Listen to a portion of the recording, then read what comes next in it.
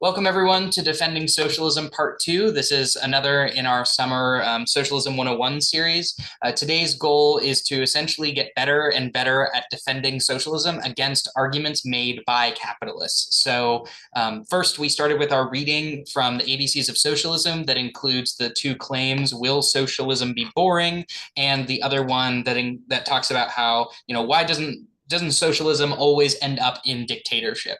Those two sections I selected for this week because I think it's really important for us to understand the common misconceptions and misinformation that people have about socialist experiments and how we can be ready on the fly to defend something that we already know about socialism without stepping into territory that we're not ready to defend. And then we'll get to toward the end of this, and in the latter half, we'll do a kind of like live fire session where essentially I will be taking positions that I've already collated of capitalists who have arguments against socialism, and we will be doing our best to try to respond to those arguments so that we can get better in practice at defending socialism in case we're ever in those situations where we feel it's probably a good idea to either talk about it or defend it. This could be, it's not always recommended, but like when you're tabling, sometimes it's fun to engage in a little bit of like light banter or a conversation with somebody about socialism and what it means. And sometimes defending socialism means that. Sometimes you'll face agitators in other places in your life, whether that be family or other events that you're at. And, you may need to defend yourself at least quickly there and then, move away from the situation. Or even if you want to have like a spirited debate about socialism or economic systems, it's good to know a lot of these things and have ready answers for them. So with all of that in mind, let's go ahead and start with the reading. Like I said, we had two sections. The first one was, will socialism be boring? And the second one was, doesn't socialism always end up in dictatorship? So for those who managed to get through the first section, will socialism be boring? Would somebody volunteer to kind of give a quick summary of what they think that section was saying?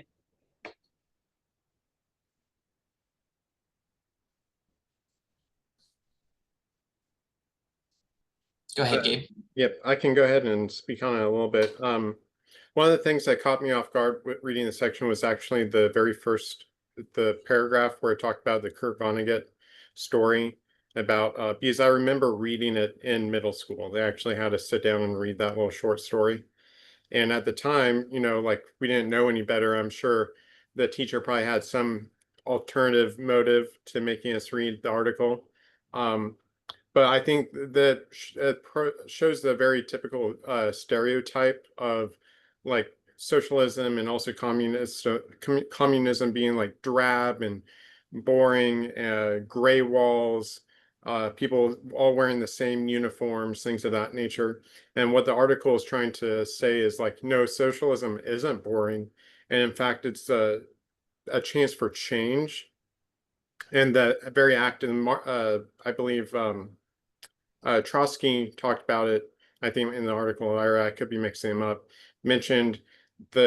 talked about the people during the revolutionary period between the October Revolution and kind of Stalin's consolidation of like just how much change there was going on with the common person at the time, and that this wasn't a boring environment. This is a revolutionary and constantly changing environment.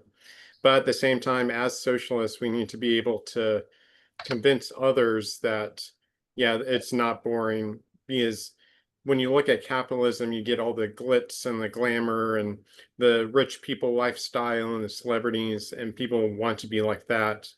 And so we need to convince them that that's also not the case for capitalism. So That was a great summary. I'll add a couple of points just to make sure everyone's kind of on the same page. First, the Kurt Vonnegut short story was just basically like everyone is literally the same, and there's like a particular warrant pulled out there about how in the story even attractive people have to wear masks so that they don't have like distinct physical features different from somebody else or enough to like place them in a sort of visual hierarchy and things like that. So and I think that's really interesting how you said a teacher like had y'all read that and probably had some other like motives for why that was the case. That's really important to address as well. Is like part of this argument about like socialism will be boring. It is like austerity for the poor is another, common refrain from capitalists about how like socialism is the attempt to make everyone the exact same, to flatten all of their experiences and like A, capitalism does that first. B, socialism is what allows us to actually have access to the kinds of like livelihoods and like differences that we would want to have. I mean, let's be real. I don't think the average, coal mine worker has the ability to like really seek their own individual expression in their lives when they're worried about their next meal. That's the kind of shit that capitalists cannot get over in that way. And so it's oh, nice. And so that's the important thing about this section is I think it really well demonstrates both in literature and in culture and also in reality how socialism can avoid being that sort of like flattened experience, and it's really an uplifting and I think really transformative experience, if you will. So that's cool. Did anyone else have thoughts about that chapter in particular? Was there anything that struck you in particular about that chapter, or anything that you wanted to add to that? For me, one of the big ones was the point about debate and disagreement, because I think in a lot of these spaces, there's a lot of focus on like community and cooperation, and I think sometimes it's very easy to forget or to kind of have this idea in mind of everyone happy getting along perfectly and not people living and getting into disagreements. And I feel like that was a really good point to strike on, because I think that's important, being able to disagree. True. Yeah. There's a lot of like common refrain about socialism being boring, in part that you have to all believe the exact same thing or have the same ideology, have the same thing, which like again, capitalism does that as well. It reproduces its own, static ideology. Like neoliberals love convincing people that privatizing all public goods is the only way to do economics or to provision public goods is a great example. And we can talk about that a little bit more later. But B is like, socialist countries are, particularly the USSR, has a really unique experience of allowing sort of the self-determination and development of cultures, and even Marxist theory in particular. I've been reading more about like Marxist dialectics and Marx and Engels' understanding of history, and in particular, you can see that they have a really unique belief about how you cannot just like write out people's former history or culture without a massive sort of like long-term cultural transformative project.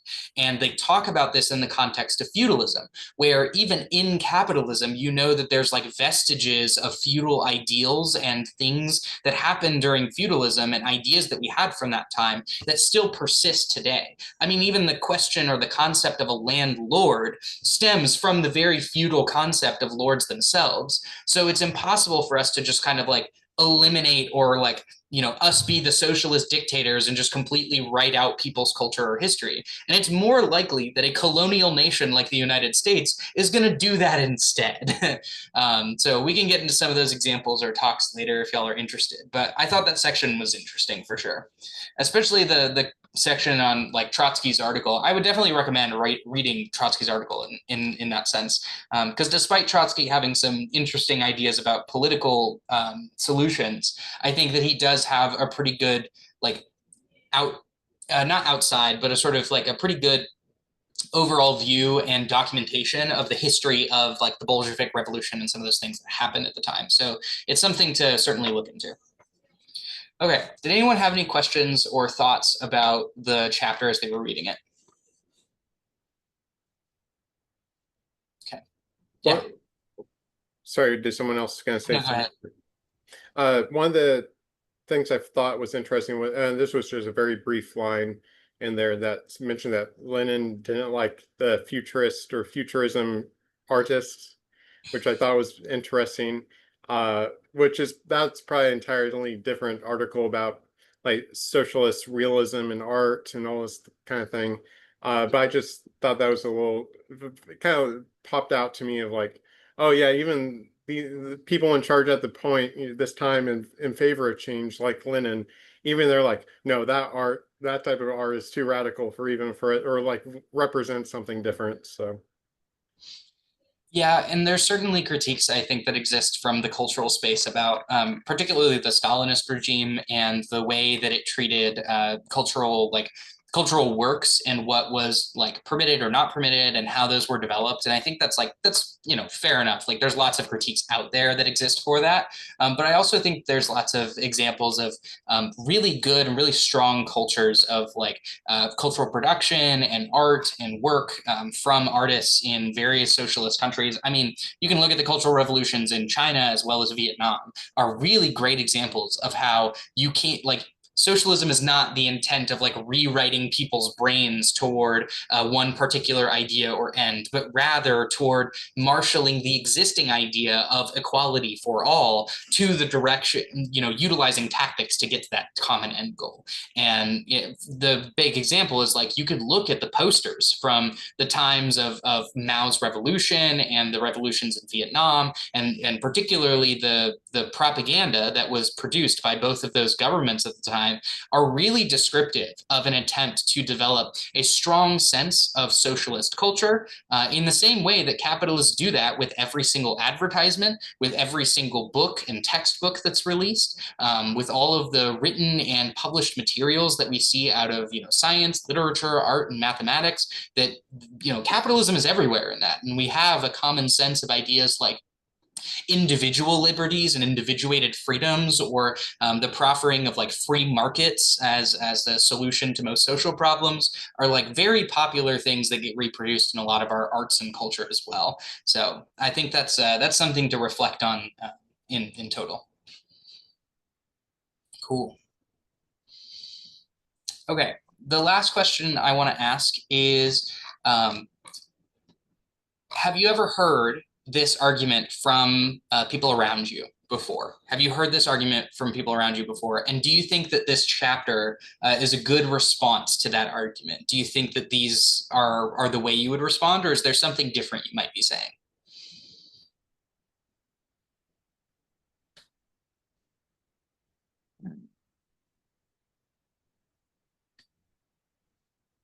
I don't know if I've ever heard it in person, but I have been looking at Soviet fashion catalogs for the last week, and number one, they're amazing.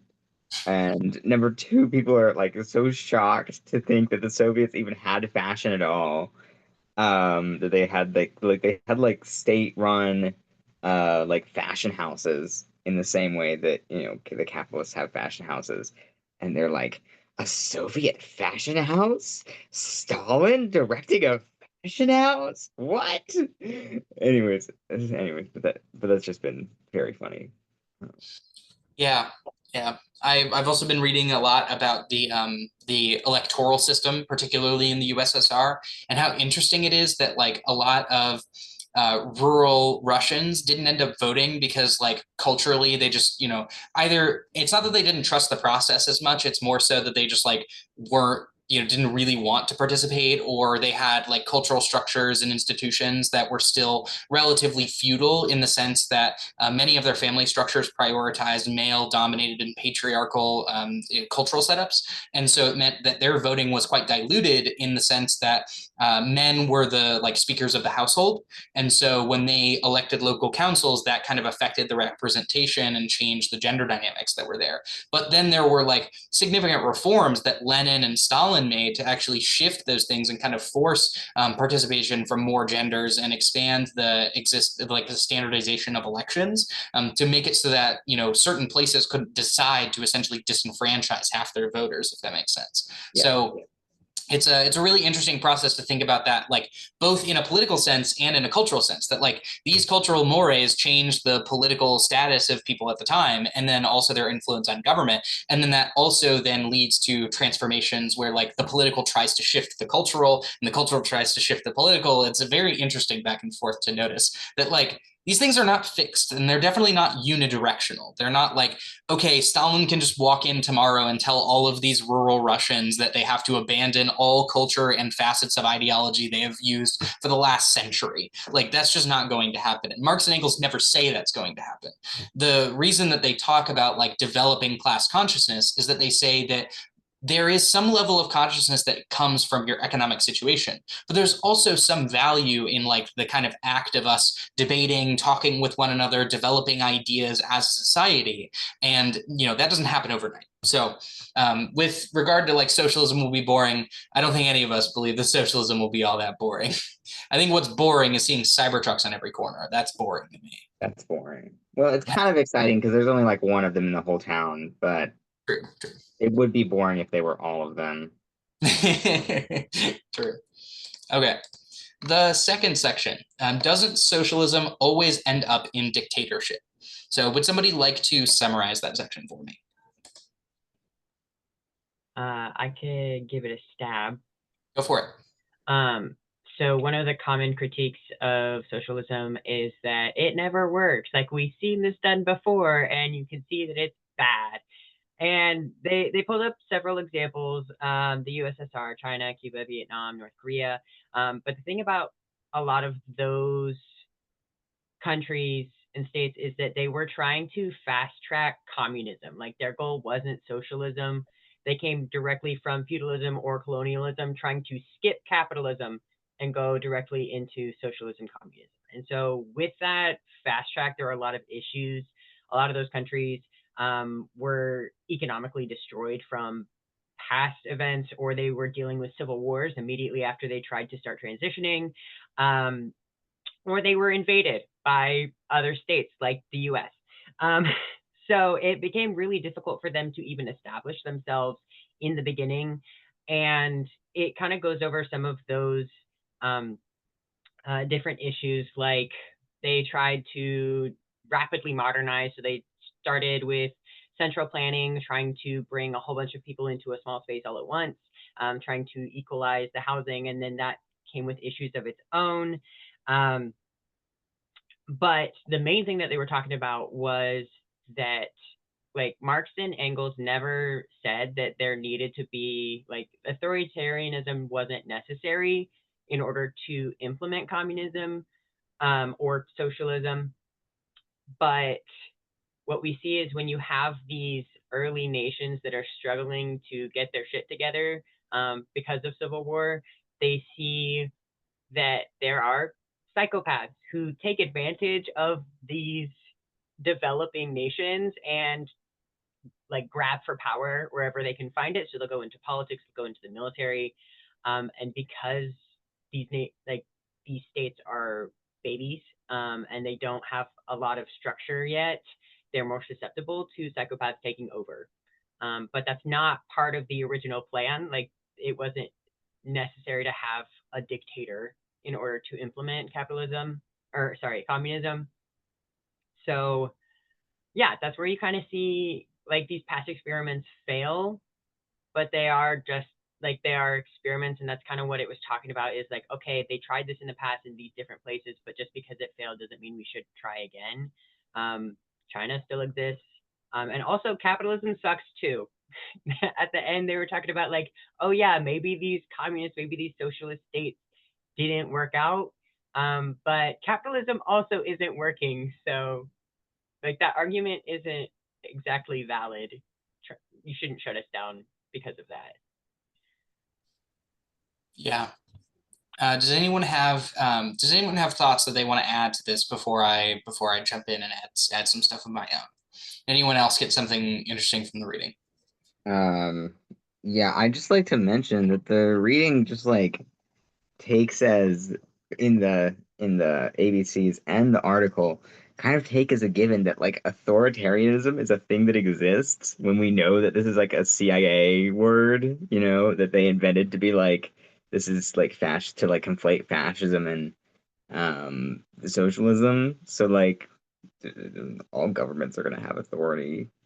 Doesn't mean any authoritarianism isn't like is like a given in every system. Like, all governments have authority. And so in that, the critique, kind of the, like, rebuttal of that, kind of like falls flat in one way. Like, it's generally good, but by, like, not rooting it out at the very bottom of it. Yeah, one good example that I think we can point to right now of the like characterization of authoritarianism being kind of, one-sided, obviously, is with regard to the unification of the Sahel, which is the region in Niger and Burkina Faso, and I think there's one other nation that's involved. Essentially, that like northern part of each of these countries has united in, through the various coups that they've had of their governments. They now have control of a lot of these really resource rich areas by socialist dictators, if you will. That's at least what the West calls them. And the whole point of inventing those descriptions of these dictators and authoritarians is to sort of juxtapose them to somehow juxtapose them to people like Donald Trump or the potential of Marine Le Pen in France or the Conservative Party in Britain, as if these are not equally or even think about the corporate oligarchs who literally own all of our politicians and shit like that and assume that they aren't dictators of their own.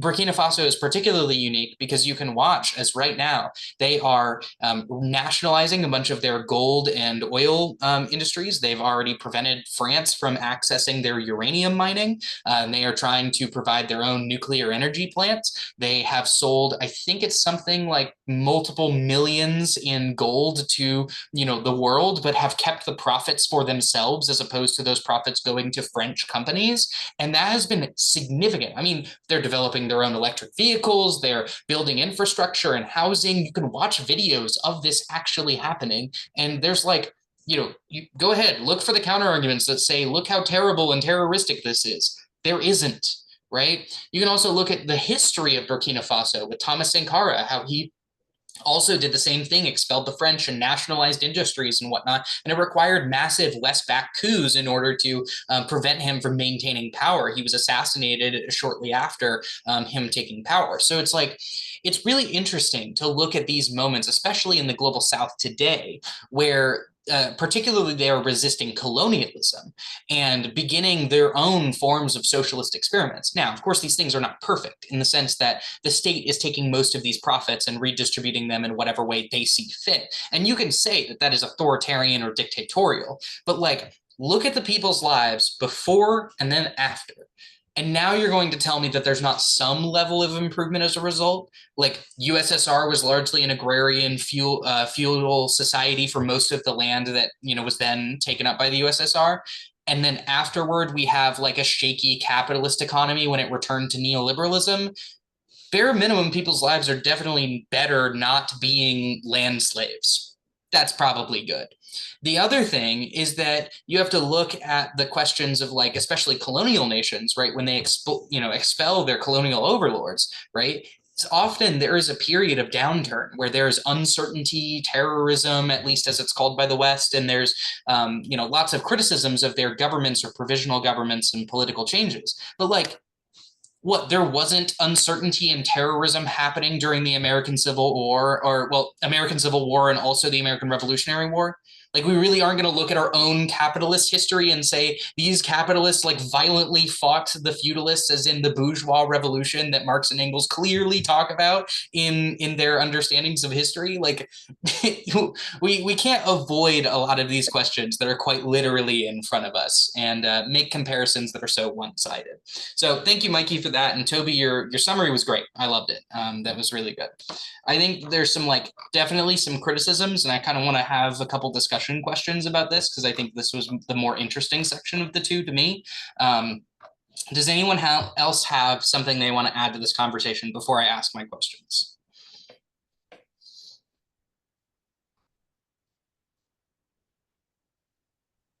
The only thing I can think of is that, and this was touched on, I think, by Luxembourg, about having multiple parties and still having freedom of press, freedom of speech, and things like that.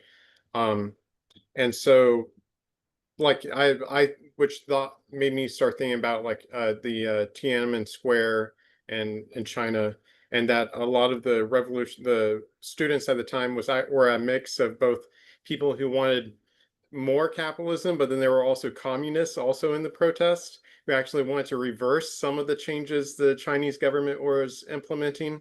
And so it's you have people from all kinds of sides and stuff like that, all protesting, kind of together, but with different goals in mind, which I thought was interesting. But just one of those things where I think it's very important to be able to have those, allow people to voice their differences and everything.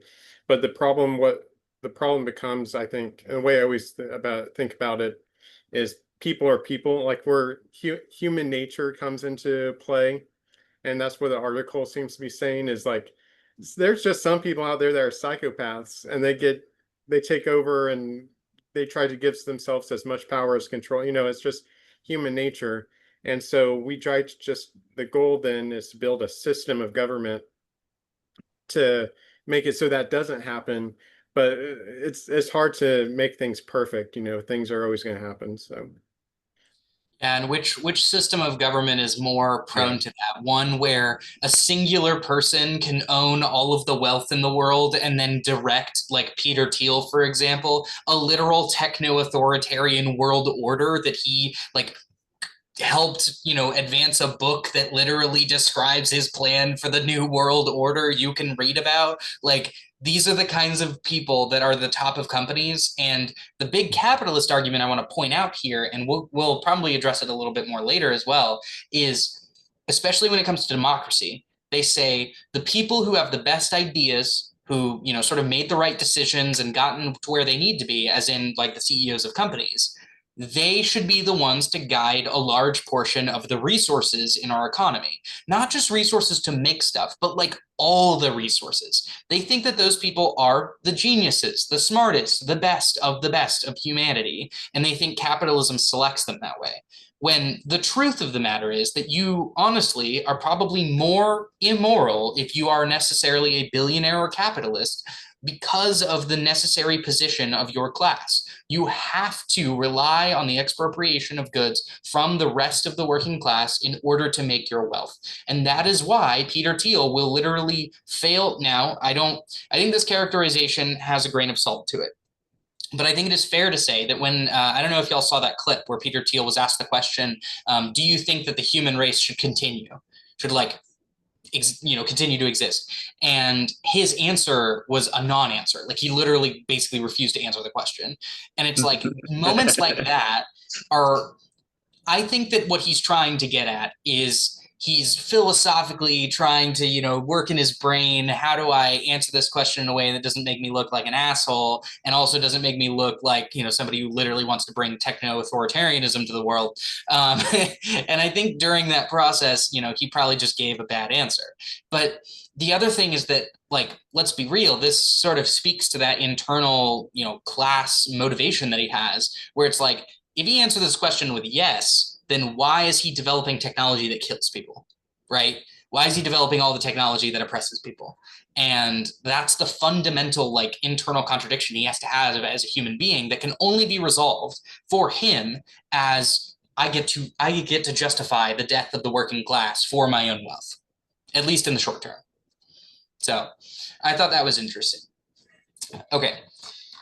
Thank you all for your comments there. I think we have just a couple of questions on this section before we move on to the kind of like live fire discussion session about capitalist arguments. So the first one that I wanted to bring up was a question that I think is not really brought up in this section at all, and I think it's kind of an oversight, is the way that capitalist nations in particular will take successful socialist movements or experiments, whether those be actual states or social movements broadly, and will dump money and resources to prevent them from coming to fruition.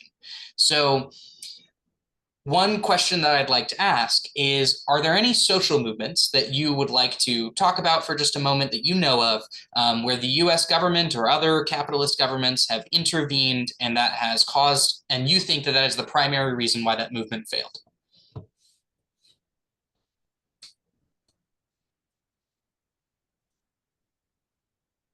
So the question is, what social movement do you know of that capitalists have intervened and prevented from coming to fruition?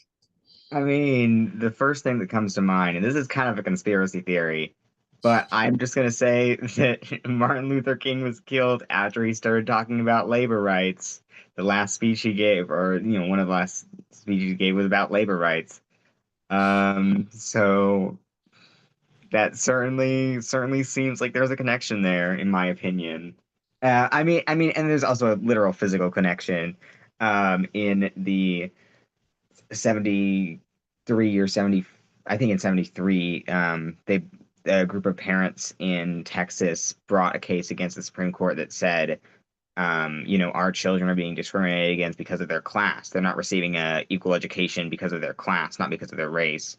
They were, black and brown kids, but they were receiving an unequal education because of their class. And the Supreme Court shut that shit down real fast because that did not serve the interests of capital. So that was like how far you could take the civil rights movement. You could say, no discrimination because of race, but you couldn't say no discrimination because of class. Which obviously just like means you can still discriminate against people if they're poor, and we know how that goes. So, anyways, Yeah, that's one thought. and the civil rights movement was infiltrated by anti-communism wait. at the very beginning. Pause So for a second. Your mic got fried again, so just say it again because No, you're good now. I can hear you, so just say it again. The whole like the NAACP was like infiltrated by anti-communists. Like there was like a communist or like like a more radical communist wing in like the 50s, but like obviously like the less communist wing won out in the end. So it's from the very beginning really. But anyways. Okay. Anyone else got examples? I would say to add to that, a lot of US civil rights movements have been crushed or infiltrated or co-opted by capitalist structures or their allies. So Stonewall, that's a big thing. That was a police raid that turned into a riot. There's some other examples of people getting straight up murdered by the US government. Unfortunately I can't remember many names other than of course the ones that have already been mentioned. But yeah, Stonewall, I think queer rights is a big one. Cause a lot early on they faced a lot of violence, and now a lot of it's been kind of capital washed into a very pleasant, marketable thing that can be sold. And the second fascists got into government, they started dropping that stuff too. So that's a good example. We talked about last week. This is what you missed last week. Yeah, this was last week's session. Mikey was saying the Stonewall riots and things like that. I think one other thing to add to specifically for queer organizing is we can't forget the American Indian movement was specifically infiltrated by the FBI, and they have a lot of queer members, and it really matters that they were fighting for just not just indigenous liberation, but we're also doing coalition with Black Panthers, and we're working with ACT UP as well in various ways and in interconnections that matters. ACT UP as well, a very big coalition of broadly left progressive queer folks in the movement, got a lot of success, but also was fairly criticized for its communistic nature and trying to break up the family, similar to a lot of things that Marx and Engels point to in the Communist Manifesto about how literally in 1848 feudal, bourgeois capitalists were hey, abolishing the family is a bad idea because, they're going to take your wife and your kids away from you. It's that was literally the capitalist argument at the time. And they make the same shit during the Satanic Panic and the AIDS epidemic and all of that stuff. And even now, I mean, they still point to trans and queer people as an example of they're going to take your kids, they're going to take your family away from you. It's what? If teachers could indoctrinate kids, they'd indoctrinate them to do their homework. Come on. That's basic. Those are really cool.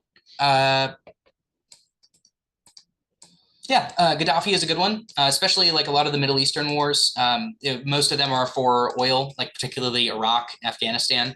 A lot of those are about territorial control and the ability to continue to extract wealth from North Africa and Southwest Asia, and especially a lot of the redivision of colonial France and colonial Britain after during the 70s is a really good example of how they point to Africa as inherently unstable stable, but then take all the resources away that would make them stable economies. Like, it's this, read Walter Rodney, How Europe Underdeveloped Africa.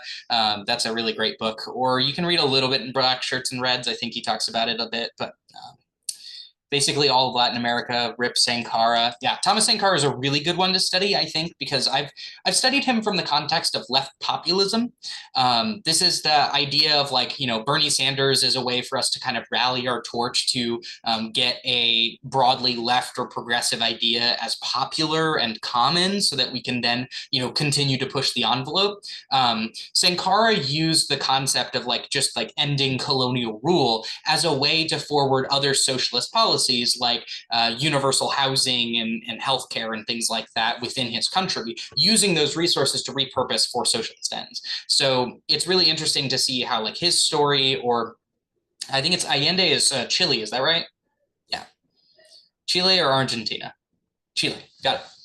And essentially all of those experiments usually rallied around ending colonialism and utilizing that for the purpose of developing a new society, which could be economically independent of other nations. So that's really cool. And Sankara was specifically left populist because he used that signifier of you want the colonialists out, you vote for me to get that done. And we will get that done. Similarly, in the United States, I think Zoran Mamdani is a good example of how leftists are now using the signifier of Zoran Mamdani in his campaign as a way to potentially, not that this is a successful strategy forever, but just maybe a good way to monopolize, to kind of use the moment, is they are using it as a rallying effect for broadly left and progressive people to say, hey, it is possible to vote in socialist candidates for local elections, and then that could potentially come to a president, right? And not that this electoral strategy is ultimately what will give us all socialism, but I think it is fair to say that it is useful that for the first time we hear someone say, I will arrest Netanyahu if he shows up in New York because he has a criminal warrant at the ICC.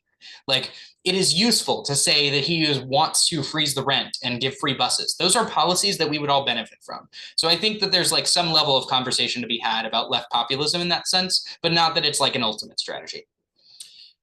And the last one I wanted to mention that we didn't get to is the Black Panthers in particular, right? We cannot forget that the COINTELPRO and the FBI literally orchestrated assassination attempts on various members of the Black Panthers. And, the police in particular were always trained and ready to respond to Black people in their movements and resistance movements with violence, and particularly violence against them for being Black, or particularly violence against them because of perceived racial differences. And so it was always assumed that the risk of being Black and a social organizer at the time was death. And that is really, really important to understand, is that the government definitely supported that every step of the way and made it possible, and even pinned separate murders and crimes on them to paint them as criminal, similar to how the Trump administration paints immigrants as inherently criminal now, and then sends them to concentration camps in various parts of the United States. So that's kind of the last that I have to offer on that section.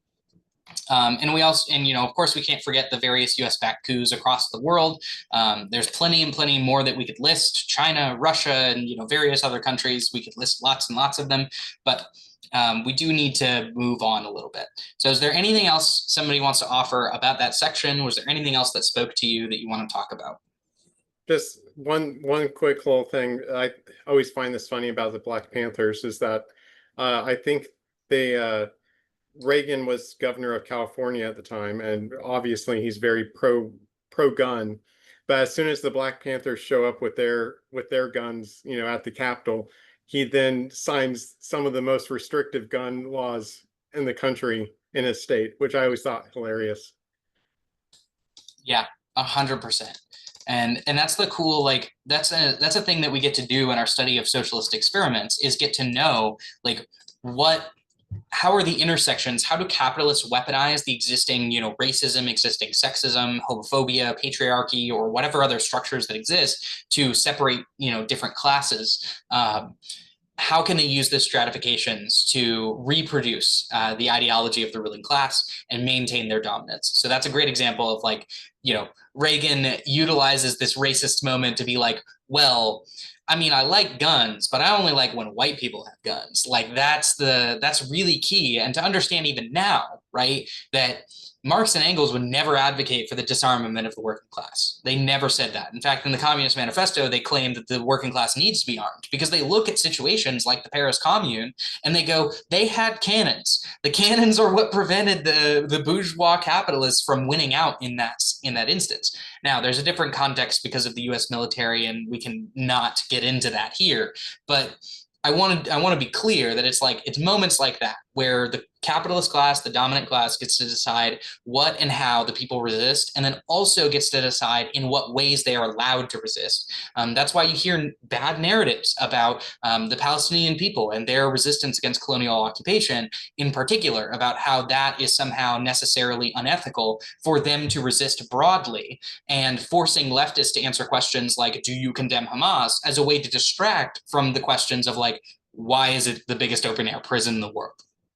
So those are the kinds of sleights of hand the capitalists will play, especially when talking about socialist experiments. Okay, cool. Does anyone else have something to add? Great. Let's move on to the next section. This is, I think, going to be really fun. So the goal of this section, as I said before, was that we can kind of practice against answering some of the common capitalist arguments. So the first thing I wanted to start with is I asked a couple people to come up with experiments and examples of socialism, and feel free to defend them for just a couple of minutes. And then the way that's going to work is I will like basically select a couple of questions that I want to ask, and then I will open up the floor for everyone to try to defend it. So this is not me trying to basically cross-examine you in a court of law of like, do you know your socialism? That's not the point of this. So the way this is going to work is this is a community discussion thing. It's a group discussion thing. So if you have a way that you want to defend that question from the socialist movement that we were talking about, or even use another socialist movement to defend that question, that's fine.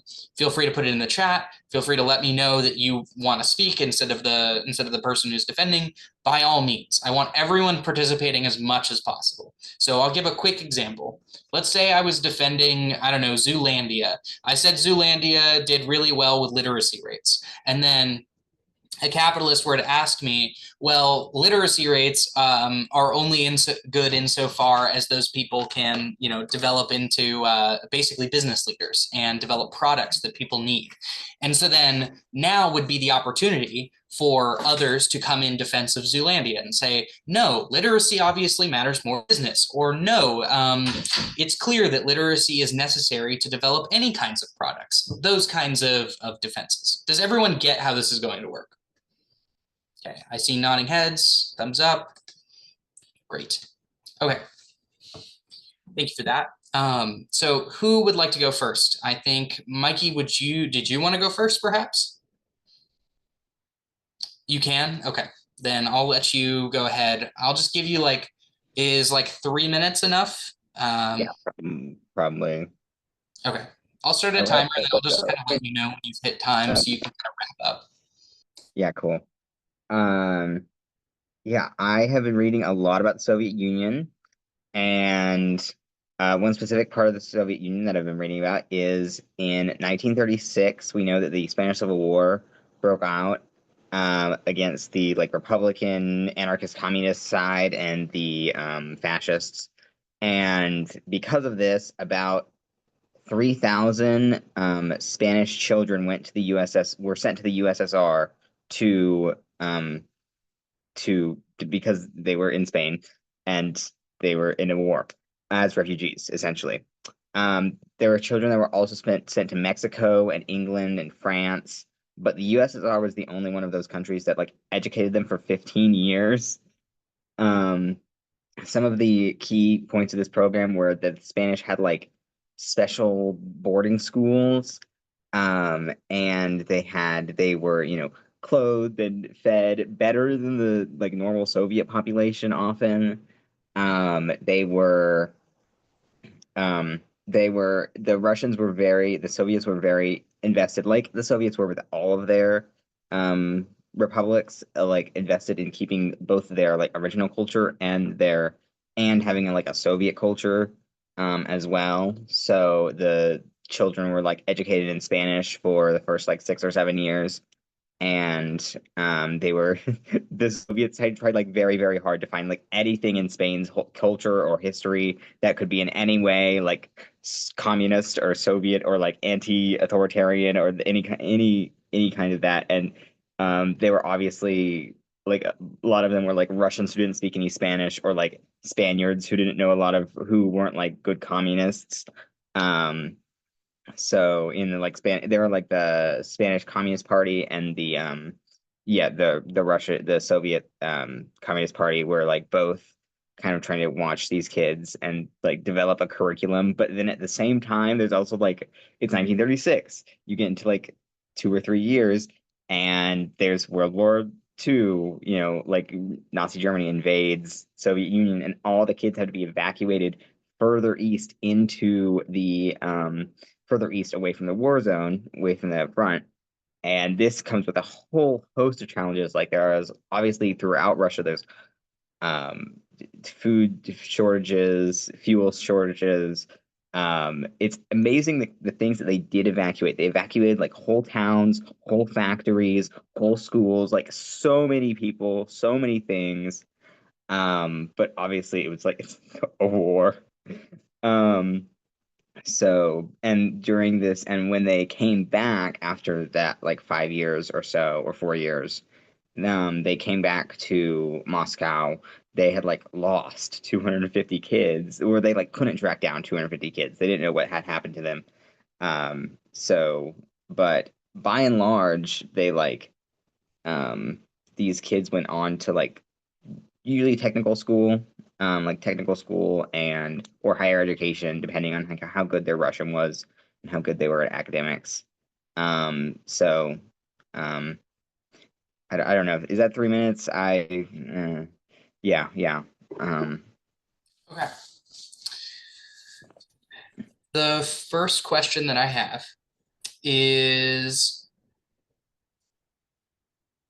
here we go. The first question I have is just a clarifying question. So why exactly, where exactly did the refugees go in other countries that you mentioned, like Mexico, the US, or Britain, and some else? In England and France, in like the capitalist countries, they went to like private charity. They went to labor unions, and like the unions cared for them, or like the Catholic Church. And in Mexico also had like schools for them, but only for a few years, and then they were like on their own. So the Soviet Union was definitely like the one that provided for the most. Okay, so just to be clear, you said that the other ones didn't educate them nearly as long, or didn't keep them as, as high quality as they did. So my first question is, why exactly should we let the Soviets educate them in the context where obviously the Stalinist regime would not allow them to talk about saying Stalin is bad? So why exactly should we believe anything that you've just said about them coming back with positive stories? Yeah, sure. Basically, Your mic is fried again. Sorry. Is that better? No, I think it might be an internet connection issue. Oh, maybe. Okay, you're good now. Well, my source for this whole, I've been reading this book by a liberal, American scholar, and he is extremely critical of, the Stalin regime, and that like political repression. But I think in denouncing this political repression is also, we have to remember that in Spain it's illegal to be a communist. They were killing communists and anarchists and Republicans in Spain. That's why they were in the Soviet Union, because they and their families were being killed in Spain. So like, they weren't doing that in the Soviet Union. In fact, they were trying to encourage their culture to flourish, and just like letting them keep speaking Spanish and learning about Spain and geography and history, when they even to the detriment of them becoming Soviet citizens or becoming good Soviet people, because their Russian was like not as good as it could have been if they had started speaking Russian earlier. But the Soviet leaders wanted them to keep speaking Spanish because to like help their culture. Like when they graduated or like left schools and went into the workplace, they had like a Spanish club in Moscow for like Spanish art and literature and sports and all this kind of stuff. These kind of cultural clubs are very common in Russia, in the Soviet Union. But I think that's one of the reasons why that they were very well off in the Soviet Union, and that they were much better provisioned than your average Soviet citizen was. And this caused tension between them and the Soviet people. But they were better provisioned because the Soviet government recognized that they didn't have their families to support them, essentially, and that they needed more help. But, Okay. The next question I have, and anyone feel free to answer, is you mentioned as well that they clearly wanted to reproduce communists. Why is it that communism would need to teach all these kids about communism if communism was so good? Why wouldn't they just love communism from the get-go? Yeah, basically. So these kids are from anti-fascist families, obviously. They're from anarchist families. They're from, some communist families. But the Soviet government believes that, you have to educate yourself. You have to educate them into communism. That communism is not a natural thing in that, like, you don't organically arise at full communism. You have to nurture a child in the education, both in the school and outside of the school in like the extracurricular activities and that kind of thing. So in that they put a lot of work into making sure their schooling was very well rounded, well educated, but also in the like extracurricular activities, the like clubs and sports and the sewing and like their skills that could prepare them for the workforce and that kind of thing. Like this was extremely essential. They were constantly like, do we have good teachers for them? Are the teachers good enough? They were like, they had a problem where they were like, these teachers are Spanish, so they're teaching them in Spanish, and they're like preserving that Spanish culture, but they're not very good like communists. They're not very good political communists. They're not, but they had to like balance that. And how do we give them a good communist education and a good education that will let them be good productive citizens of the Soviet Union in the same way that a capitalist country would be like, how can we make these bitches good capitalists? And by that they would mean like make them idiots. But the Soviet Union is like, in order to be a good communist, you should be extremely well educated. So that's, I don't know if that makes sense. I can't hear you. Toby, you had a thought? Yeah, kind of to tag on to that, like, why do you need to educate someone about communism if it's so amazing? But okay, I grew up in the United States, which is a capitalist country, right? I was educated on capitalism in my daily life every single day since the moment I've been born. Okay, it's all around me, it's everywhere, but they also teach it in schools. So to say that a great flourishing economic system should just exist on its own, you don't need to teach people about it, is wild. That's crazy. But also to think about that, like, if they came from Spain and if they didn't have a communist society, like obviously they were brought up in a different economy. Okay, so yeah, you need to teach someone like, okay, this is how you did it in your country, but this is how we do it in our country, and this is how our, like, even if it wasn't the economy, it was just some facet of society. Like I studied abroad in Germany for a month and a half, and I had to learn so much in order to survive there. And so expecting children to come in and understand a full economic system that is different from where they came from on their own in order to justify it as a valid system is kind of crazy, kind of wild. Yeah. Okay. Then for time's sake, I'll go ahead and go to my last sort of question. I do want to mention, Jesse put in the chat, and this is really good, to the extent that almost everything must be taught. You'd want to teach people logic, human rights, etc., no matter the system. That's probably true. Yeah, we should probably teach people about the good things in the world and, how to avoid the bad things. Okay, the last question that I have is you say they experienced food shortages and that they gave more food over to the Spanish than they did the regular Soviet citizens. Um, Sounds to me like Stalin was making everything up so that they would go home and show everything that's positive. I'm curious why you can even possibly defend this as a good example when they did this all the time. They held parades, and North Korea does the same. They hold parades and they show everybody how cool they are. So Mikey, please tell me, how is it that you can possibly think the USSR was good when they very clearly killed thousands, millions of people in famines and everything else? And then you even said they uprooted them from their homes in the USSR as well and caused further displacement. Like, Yes. how? Yeah, I mean, basically, this is the argument of the author. The author of the book I'm reading is like, look, they were treating them so well so that they would go back home and tell everyone how good the Soviet Union was. And I'm just like, I just don't feel like they had to treat them that good. As I previously mentioned, they treated them that well because they didn't have families. They'd already like left their families and been uprooted from their countries. You know, they were war refugees. So in that way, they needed, more support, than the average Soviet person.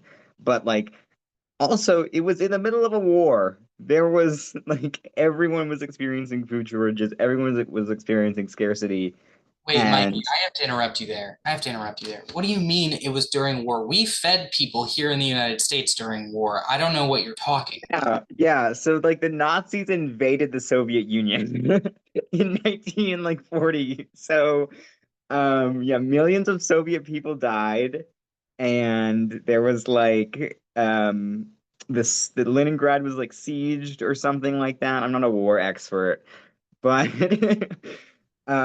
yeah. I Uh, I will go ahead and point out because I think your answer is great. You've been doing great, and all of you, thank you for all of your responses to this last question. One thing I want to point out, and will probably come up later when I ask more questions, is I wanted to make this one a little bit easier, and then the questions are going to get slightly and slightly harder to answer or respond to as this thing goes on. So one thing I want to point out that I did was in this last question, I did a red herring and a gish gallop. So these are like common fallacious, arguments that are used to avoid the real point of what Mikey was saying. As you can hear, the first two questions that I asked were like pretty good, like decent clarifications about like why is it that this part was good about the USSR. And it allowed Mikey to say a lot about what was going on in the USSR that was good and would be, something that's pretty hard to really critique. So then I went, wait a second, I don't have to ask Mikey about any of that because he brought up the war. It's really easy for me to just say the Soviets starved everybody. And so that's both the red herring and the gish gallop, because I said, the red herring is this other thing you should focus on, which is the starvation.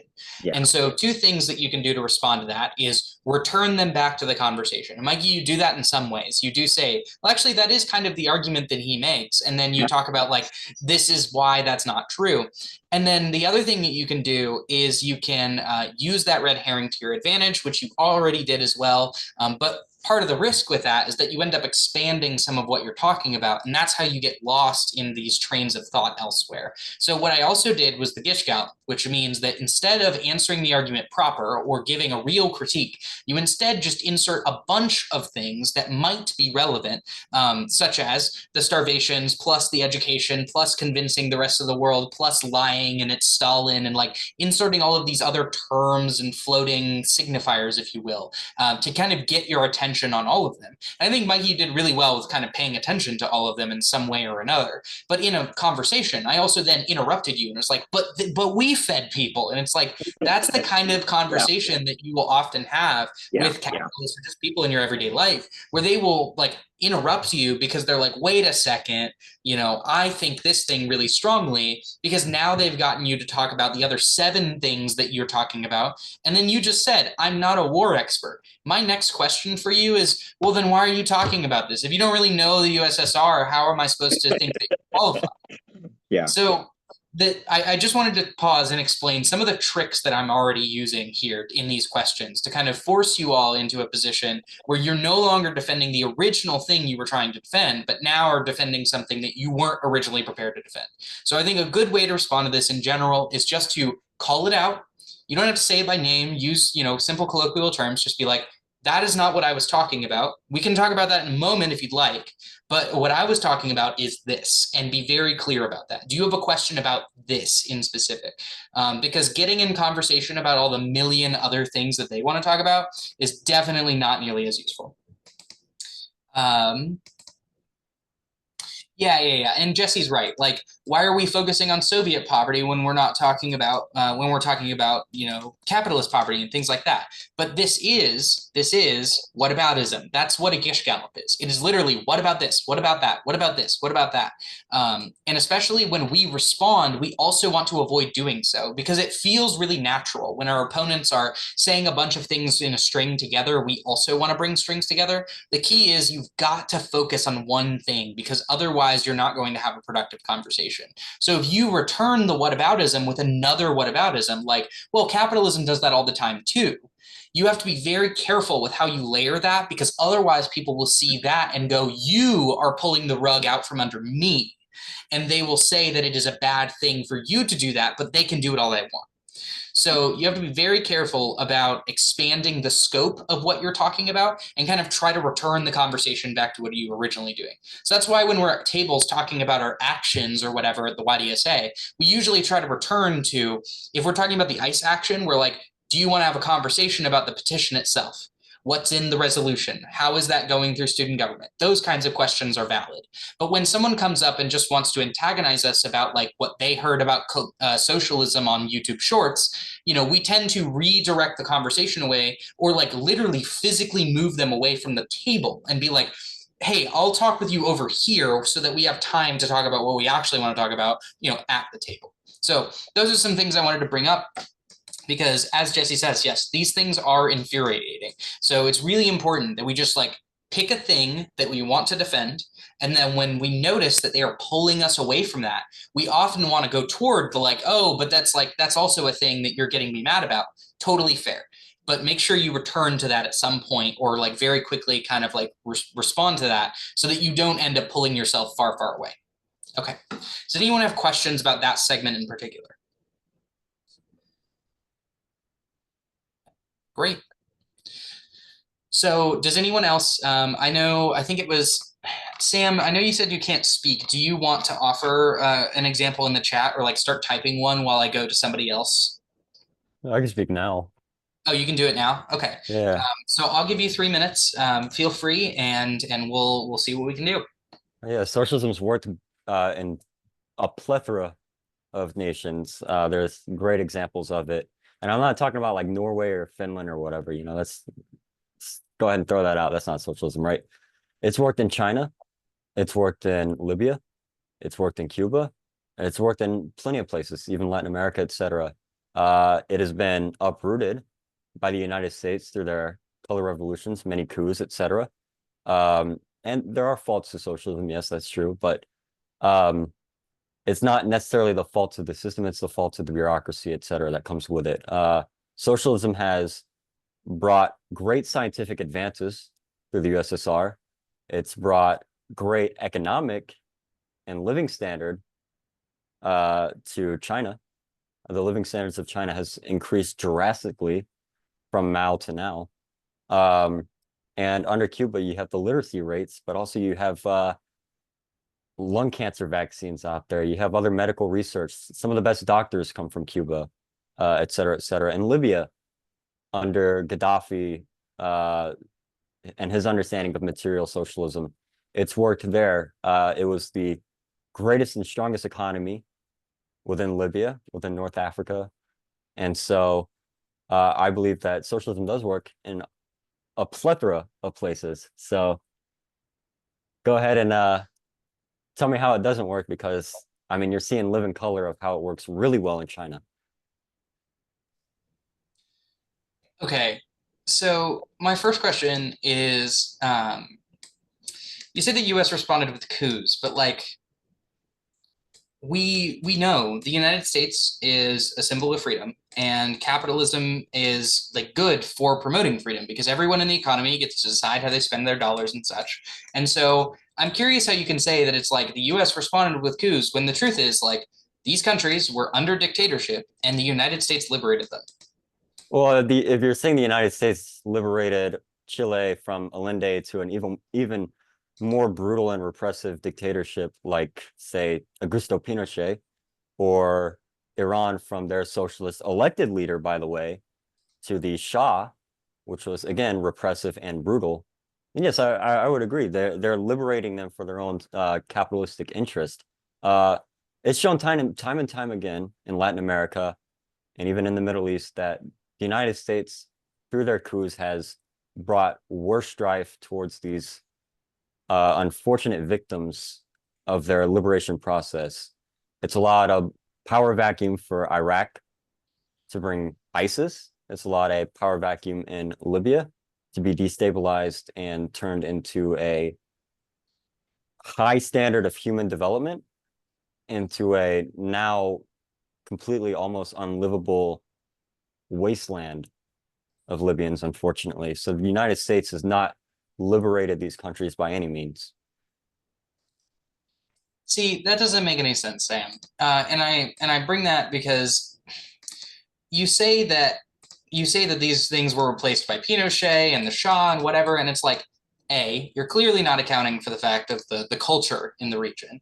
And B, you're also not accounting for the fact that the United States federal government, like, was unseating those dictators that did exist. So I think it's weird that you're like attributing these sort of growing pains and these nuanced situations with all the same sort of broad brush, when I think it's broadly true that at the very least, those people's lives are now better off because they participate in the global economy. I mean, if you look at China, for example, they are now implementing capitalist reforms. So is Cuba, so is Vietnam. I mean, there are plenty of countries that have realized that communism clearly doesn't work. So they have added capitalism to the mix in order to make it function. So I'm curious how you can say that these liberations are not, are somehow bad when the context of these people is they have clearly better lives under capitalism than socialism.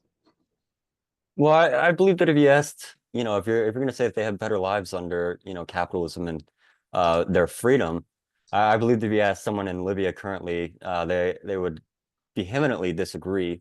If you had somebody in Chile in 1973, they would vehemently disagree that Augusto Pinochet, right, a dictator, over their elected leader, by the way, they elected Salvador Allende through popular vote. So if we're going by culture and what's popular for the masses, well, Iran voted for a socialist leader, and so did Chile, and through popular uprise in Libya and in China, even. And these are popular uprisings. They didn't just get 12 people that walked into Beijing and threw Chiang Kai-shek out. No, these are very popular uprisings through millions of people. Mao killed millions to get his votes. Great example. Mao killing millions. It's interesting because that actually is a great argument, though. But I would say that it's not necessarily Mao who killed the millions. See, Chiang Kai-shek and the Japanese in the Civil War and through Japan and their invasions, millions died through that. But there was also, through the Great Leap Forward, death from the detractors, right? So there were landlords, right? And they were misreporting grain production, misreporting, say, all that other stuff, right? Grain production, etc. And they were inherently making the lives worse for rural Chinese people and the people of China. So necessarily, yeah, sure, there was failures, but Mao warned against it too. Mao has said, do not misreport your grain production. Mao was vehemently focused on telling them that and telling them, no, do not do this. This is a bad idea to do that. And eventually he corrected his course. Okay. The next question I want to talk about is the morality of communism. Okay. So I want to be very, very clear that you've made some broad arguments about some elections and things like that. But I think what you're missing is individual freedom in particular. I think it is like even if you're right that people's like day-to-day sort of living standards, even if you were right that those things marginally improved under these socialist states, right? I think that you're missing a couple of things. One is that capitalist innovation is what enabled those things to happen. And two, that the morality of socialism is incorrect because it assumes that all people have the same sort of like universal interests. And that's not true. They all have individual interests. And so in order to sort of reorient and allow us access to knowing what those interests are and how to respond to them in the economy, it's just true that socialism is going to lead to dictatorship because it assumes everyone has these same interests, which they don't, and that capitalism will properly allocate the needs to those wants. So what do you got to that? Well, the idea that capitalism brings innovation, I'll go to that point first. Inherently wrong to say that it's just capitalism. Socialism has brought so much innovation in itself. I mean, if you look at the first video game, Techno or Tetris or whatever the hell, you know, that was invented by a socialist. If you look at space probes, the first satellite, you know, the advances in the space race, all from socialist scientists from the Soviet Union. And if you look at China, right, it's innovated in an outrageously amazing metro system from China.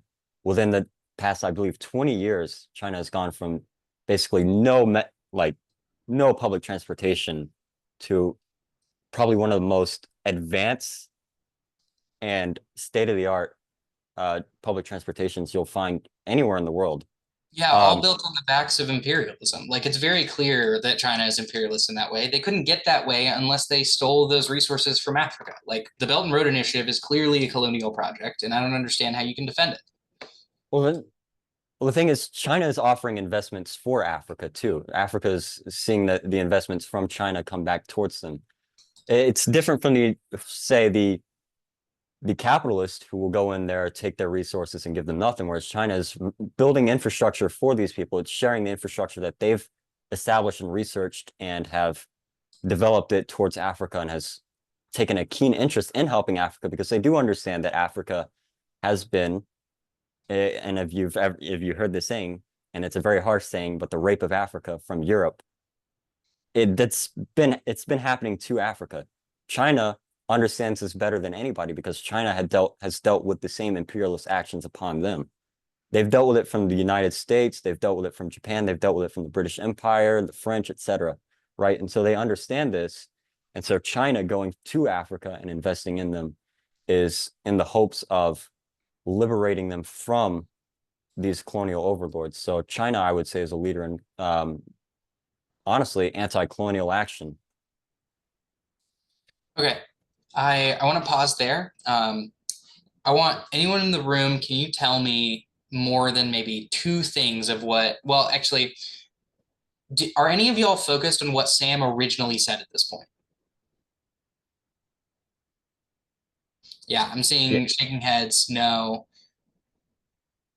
And a couple of other, like, I mean, there's yeah, sobs, no. There's a bunch of other messages in the chat, I think, from Jesse that kind of point this out, that like, as Jesse is literally having to type most of their answers because of the just like, you know, they're not happening to speak right now. But like, you can see if you watch the chat, it very quickly transforms from, by the time that Jesse's able to write a chat about like answering these questions about these certain experiments, I think it's like a little bit generic. There's something suspicious about liberating people from their own system. And then almost immediately after, freedom, being people literally identical or equivalent is not worth something. It's like talking about the freedom argument that I was making. And then finally, the like take according to the need and give according to ability. Like, do you see how the variety of responses that Jesse is even having to write in this chat kind of demonstrates how quickly the conversation has shifted away from the original subject to now where we are, which is like, I have, you know, and very rudely so, Sam, I have like interrupted you. I have added a bunch of extra context that is not necessary. But I want to kind of address the part that is, when we are defending socialism, I want to return to, once again, it is like, you have to pick a thing. You have to pick a thing. And I've noticed this in lots of conversations, and it's easier online to do this because you can sort of like write your paragraphs and do your blocks of text. You know, we leftists loves our blocks of text, but you have to return back to the original like point that you were making. And I think, Sam, if you had sat down on a particular experiment that maybe I don't know much about, And I think this is clear with something like maybe Libya or with China. If you pick something in particular that you're like, I really love studying this place and I know this super well that maybe other people don't know, it becomes a lot easier in conversation to return back to that whenever you feel like you're going further. And I think one strength that you do have, Sam, is that you do know a lot about a lot of these other socialist experiments. But that can come to your own detriment in that way, because it means that I can take advantage of it and be like, now I'm going to have you defend something that originally, again, you weren't necessarily like super prepared to defend, but now you're kind of forced to because you do know something about it and you feel compelled to defend it in that way. So that's not to say that your answers were wrong or incorrect, and I think largely a lot of them made a lot of sense and I think are good ways to respond to these arguments. And I think everyone could learn from some of that strategy. But I think there's something to be said about de-escalating those moments where I think like the questions I was asking Sam is not questions I'd ask like Toby or Jesse or Gabe in this same format, right? Because I understand I know what Sam knows, and I was trying to kind of get that out of him. And that's something that like your opponent sitting across the table can do and can be very good at doing. I've done that before in conversations with literal fascists, like where I've been sitting at the socialist table and fascists come up and talk to us. And like, I've noticed them trying to kind of incite some of those conversations. And when I say conversations, I really just mean like the sorts of like rhetorical violence, if you will, of just like bombarding you with things that you are not prepared to defend. And it can be very disempowering, not to you necessarily, but it can look very disempowering to everyone else, right? People that are sitting around you, you know, your family members, if you're doing this at the like Thanksgiving table, these are moments where you have like a lot of risk in the conversation. And so the way to reduce that risk is to minimize what you're defending, but maximize the value of that defense.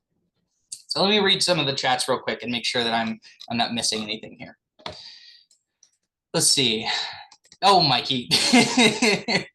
I'll get that in a moment. Yeah, true. Okay. First is Toby, you had a great point. Capitalism doesn't equal democracy. If you're trying to represent the individual wants of people, you should be championing a system where everyone has equal power in making decisions.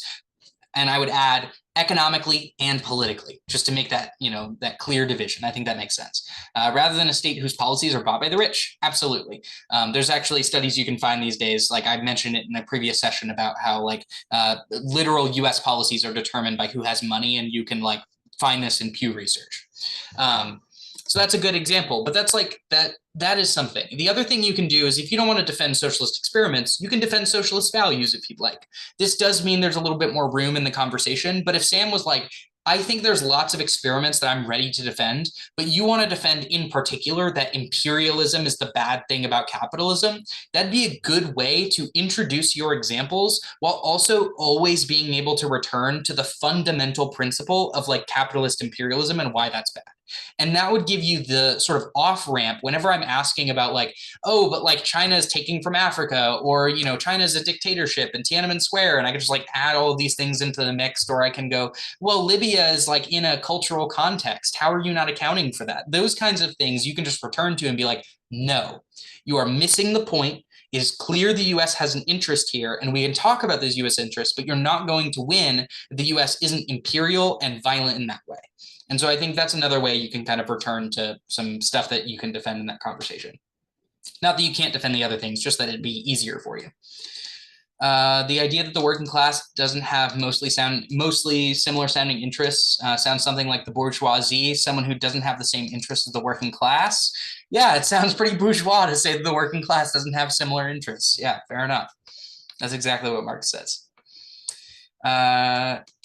Yeah, unfortunately, I wish I could like, you know, bring down your guard a little bit in this conversation, but I also don't want to be a dick as far as what Mikey was saying about like, y'all trust me. So you don't want to like kind of give the full weight to my arguments and respond in that way.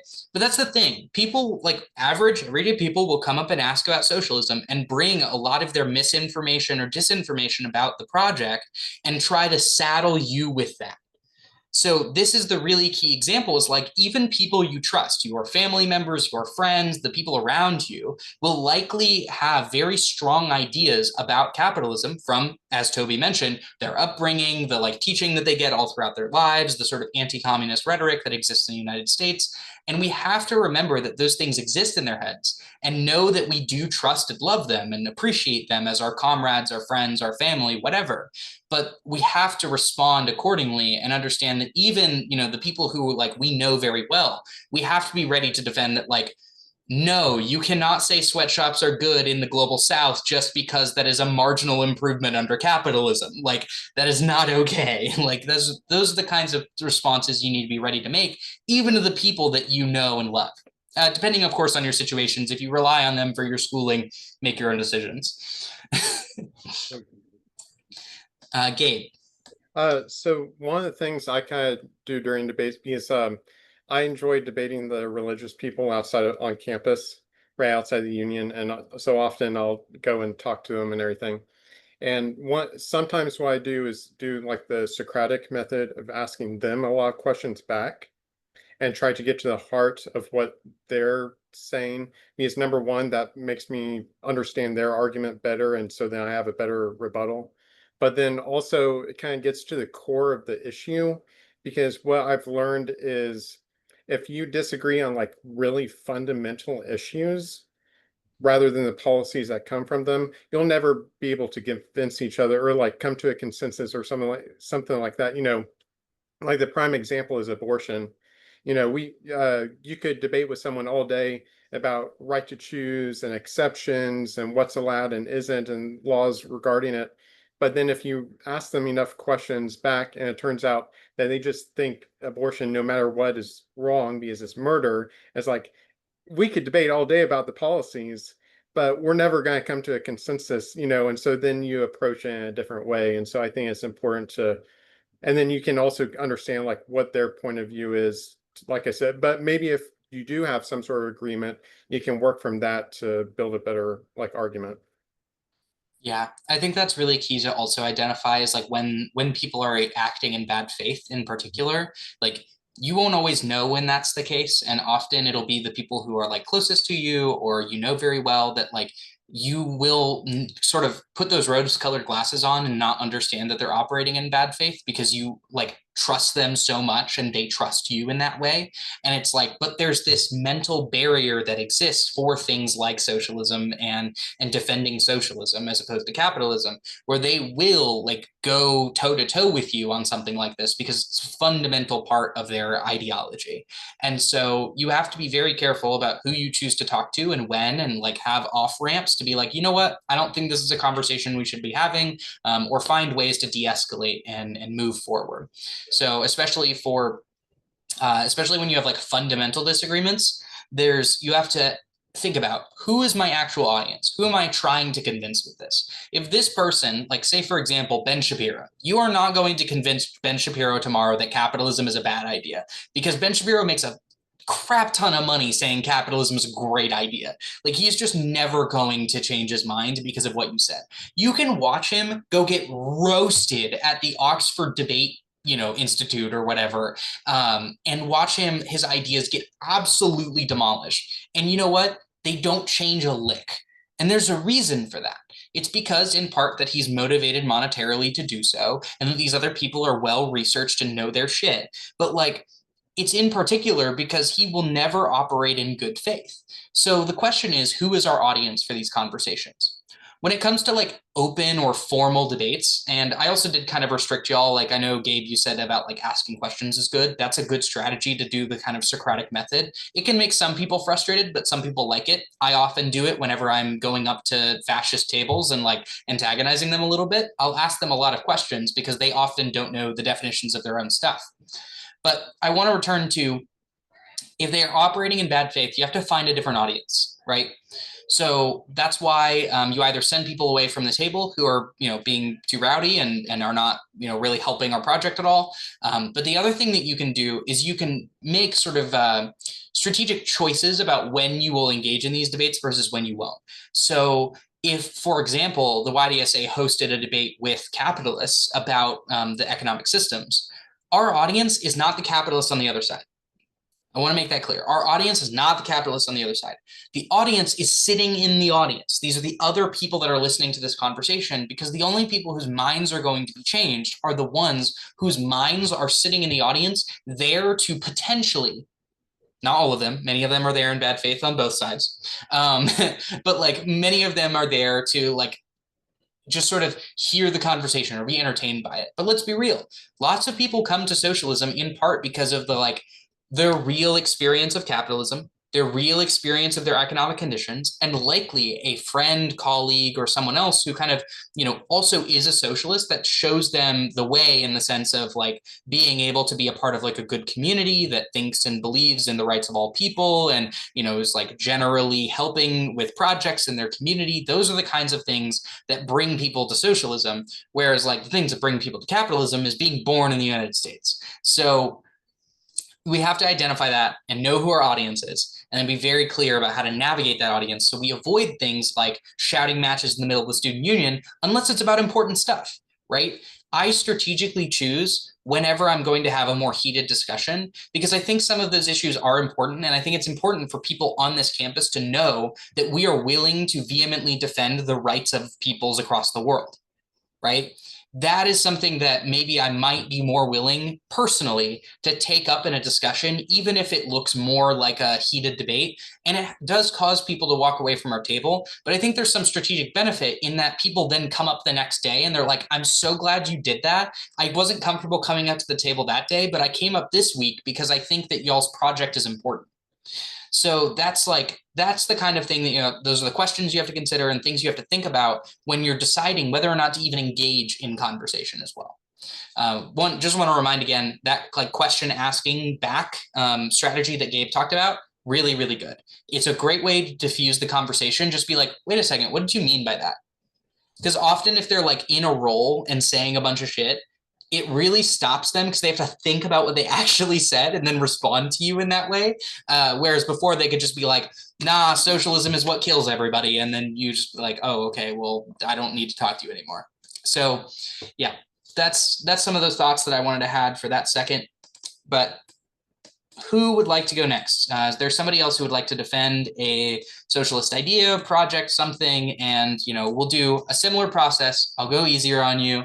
I'll go into some like real capitalist arguments that I've got over here for like the fundamental principles of socialism, if you wouldn't mind. Somebody else. Gabe. I guess I can go. Granted, I didn't realize that this is quite the route that we were going, so I don't have very much prepared for like a debate scenario. But so the idea that I had wanted to talk about was like public schooling and universal education overall, primarily with like primary school children, like traditional education, elementary school through high school, but then it can also include even college, because that's now entered the debate with whether or not college needs to be free. But what I wanted to start with a little bit of background with like pre-industrial education, like prior to the 19th century, education was limited to like the elite and church-based charity schools, and many poor and working class children rarely had access to schooling.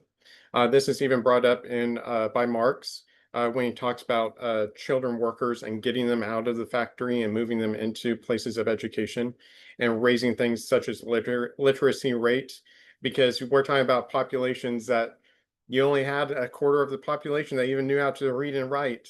And so trying to educate the masses, both, with critical theory, socialist ideas, but just basic arithmetic and reading and writing and history that they didn't have.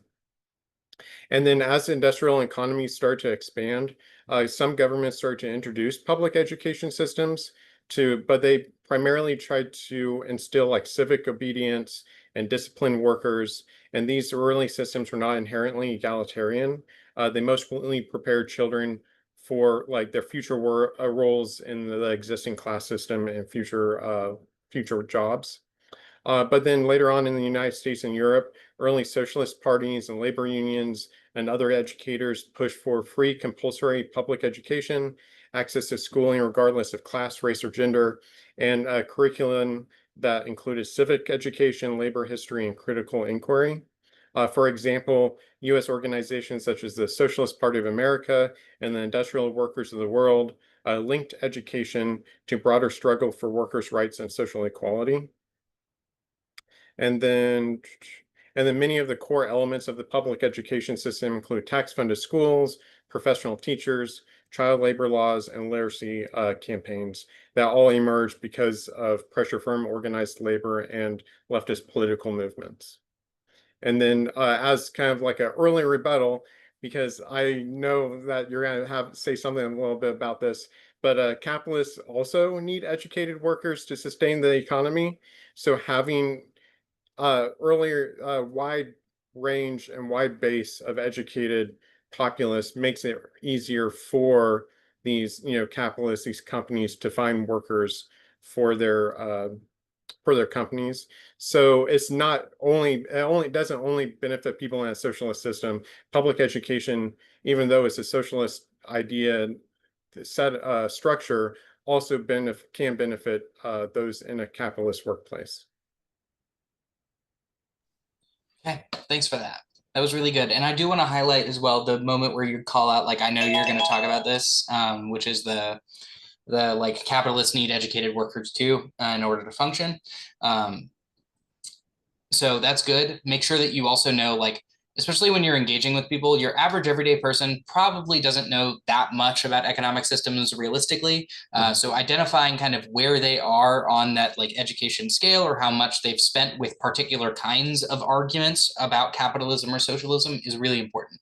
Like if someone is, for example, the son of a Cuban immigrant, right? That is going to change their experience or understanding of capitalism and socialism, and their responses are going to change as well. Especially people who have personal experiences, or like my grandma came from the USSR. Those kinds of people are going to have different responses to you than those like Thomas Attic or others who might be like, for example, fascists and other capitalists who may have experiences otherwise that may respond differently in different situations. So you definitely have to like size up your opponent, think about those things before you respond. So I wanted to reward that first before I like started to tear things down. So the first thing I wanted to talk about is, so I'm actually a Misesian capitalist economist, and I love Mises, and he's great and awesome and my god and goat. So because of that, it's obviously true that central planning is necessarily bad. That central planning is not possible because everything can't be planned for. One is that the markets themselves best orient all of the goods toward the right consumers because of prices. Without those, i.e. providing things for free, it means that you can't adequately allocate all of those resources to what people need. Inevitably, people will be left behind, in part because there is no ordering mechanism that orders people's preferences. What I mean by this is B, so I said A, B is that ordering people's preferences is nearly impossible because we all have infinite wants and needs. And then C, that everyone's wants and needs cannot be satisfied by the resources that we have. So we have to select upon those. That means universal education or healthcare or those kinds of things necessarily fail in some ways because we are trying to apply a universal solution to these individual problems. So I'm curious, how can you defend universal education when it is literally impossible for us to give the right education to everybody under socialism? Feel free to ask clarifying questions too. Yeah, because I'm not actually familiar with Misesian or like that kind of theory. And Sure. so just to clarify, and this is what I would do in real life too, is I would ask for clarification at this point.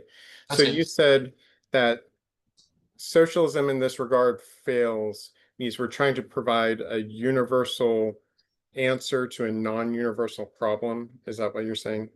In part, Mises specifically is talking about like economic calculation, that central planning will always misdistribute goods because it has to try to calculate something that is incalculable. The thousands or millions of people that have wants, for example, for education, all of those wants are different for every person. And the only way to equitably give people what they desire is through markets, because the command economy would necessarily either make some people feel bad or some people feel too good, if that makes sense. That does. My rebuttal to that, or my response, would be that I almost, in many regards, with the education system, there is some control from a higher organization such as the Department of Education, but in many cases there isn't necessarily central planning involved. Based on my own experience, I don't know about for years, but I've seen a variety of different education methods depending on school districts, and that there is actually a lot of variety between different schools and different school districts, and there are opportunities for different educations within the public school system. I know for Wichita State or Wichita Public School System in particular, there's several different magnet schools, which enable students and the parents who want to promote their children's education, placing their children in particular magnet schools that favor like a pre-law focus or a science focus, things of that nature. But to go back to the basic argument, I would say education is a fundamental right. That's something I believe in, and that education is a universal problem, in that everyone should know how to read and write. Everyone should be able to use math. One of the classic arguments in capitalism, or for argument capitalism, is being able to pull yourself by your own bootstraps, the ability for opportunity. Well, to enable everyone their own opportunity and future freedom to continue and choose their future education and future career and path forward, everyone needs to start at the same base. You need to provide equal access to all the children. And so that's what public education is doing, is it provides a more basic education. And then if you want to do something different, then yeah, you could enroll in some esoteric private school or something that's very specific. You have the opportunity still, but I believe basic education is a human right. Okay. Two things I want to reward and one comment that I want to make. One is really good returning to like a principle that you have that's like, this is a fundamental good. That's something that would be really hard for me to be like, no, I don't want people educated. Like, obviously, I'm trying to make the argument that the best way to get to education would be capitalism. So that's really good to return to that, because I think that there's a way to find common ground. And that's also a good way to, like, especially for centrists who are like, I don't know, communism seems kind of scary to me, but like, I do appreciate, public services, right? You can then utilize things like common ground of common values of, you do want people to have access to education. Where do people, see the highest literacy rates? It's in socialist countries. And so, you can start to use that as a jumping off point. So I wanted to reward that. The other thing I wanted to say is really good work on talking specifically about the diversity of education and things that exist within a sort of socialist model of education.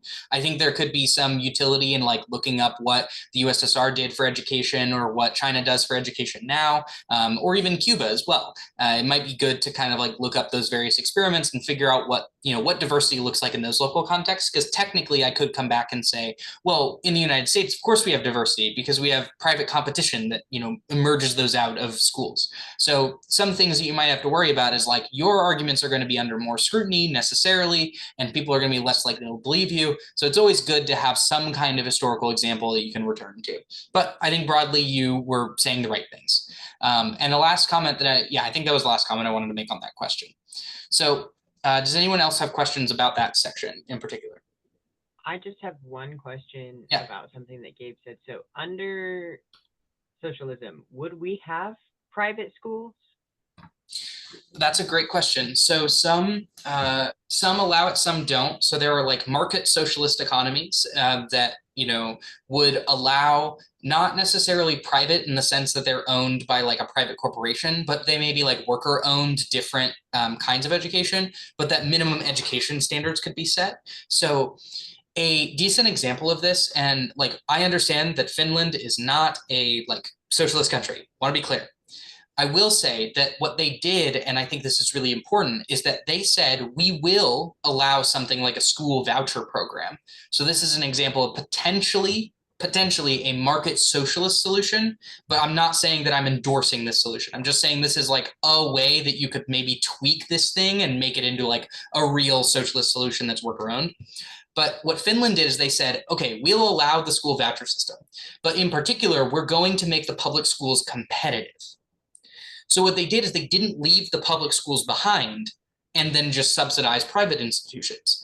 They specifically made it possible so that the state could redistribute its large sets of taxes toward the end goal of making education better.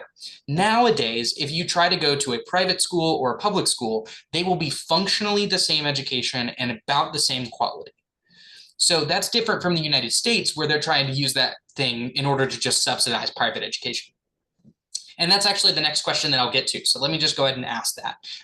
So Gabe, my next question is about like the privatization of education. I'll read maybe a little bit from Thomas Sowell and explain my argument, and then you can respond after that. So Thomas Sowell and Mises have different critiques of Marxist economics in particular, about how economies work and competition works in particular. And I think that this quote from Thomas Sowell in his book, Marxism, aptly named. It's actually a decent read. If you want to read the first like 8 sections, he does a pretty good deep dive into what a capitalist might think about Marxist economics. It's not a bad polemic to read in that way. And I actually learned a decent bit about what dialectics could mean from his reading. Not to say that Thomas Sowell is, a great expert. I just think that he wrote a bunch at the end chapter that he negated himself in the first few chapters writing about Marx. And I think he does provide a pretty faithful interpretation of Marxism, which I thought was interesting from someone who has a PhD in economics, as far as I understand. So anyway, Thomas Sowell, who is not actually a good economist, and he's not a great person either, he says that if participation is sometimes efficient and sometimes not, then there is a trade-off to be made between economic and non-economic benefits. Those workers who are more anxious to have a bigger part of the decision-making process could easily convince capitalists to let them, not by words, but by money. To the extent that such workers are prepared to incrementally trade off pay for greater participation, capitalists have every incentive to let them participate, even if it means less efficiency. Conversely, those workers who want their maximum standard of living can trade off part of their autonomy and participation in decision-making.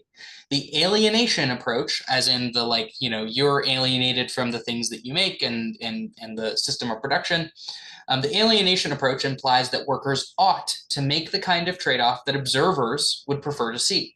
But what observers would like to see, as in the capitalists, I think in this instance, at no cost to themselves, need not coincide with the optimality for actual participants. What this means is that Thomas Sowell is saying that you may be right, that broadly this goal of education is good, and that we can agree that that goal of education is good.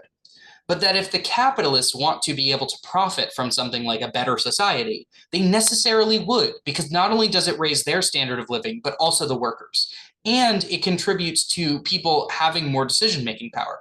So if someone, for example, wants to have better education, they should be willing to fork up the cash, because in some way they are not only contributing to the economy more, but also getting themselves more of a share of participation in that economy. If someone is not all that willing really to access things like higher education, then why is it that they are not accessing it? In essence, that people who want stuff will get the stuff. People who don't want stuff will not get that stuff. And that's how the market sort of orients those wants. That yes, there are people who will be unhappy by this system, but largely the people who will be most happy are already happy enough under the system, and that's good. So my question to you is then, how is it that you can't support privatization of education? Why do you want universal education when A, it clearly leads to more competition and innovation in education, because people who want good education will pay more for it, and then that gets more funding and they get to innovate more.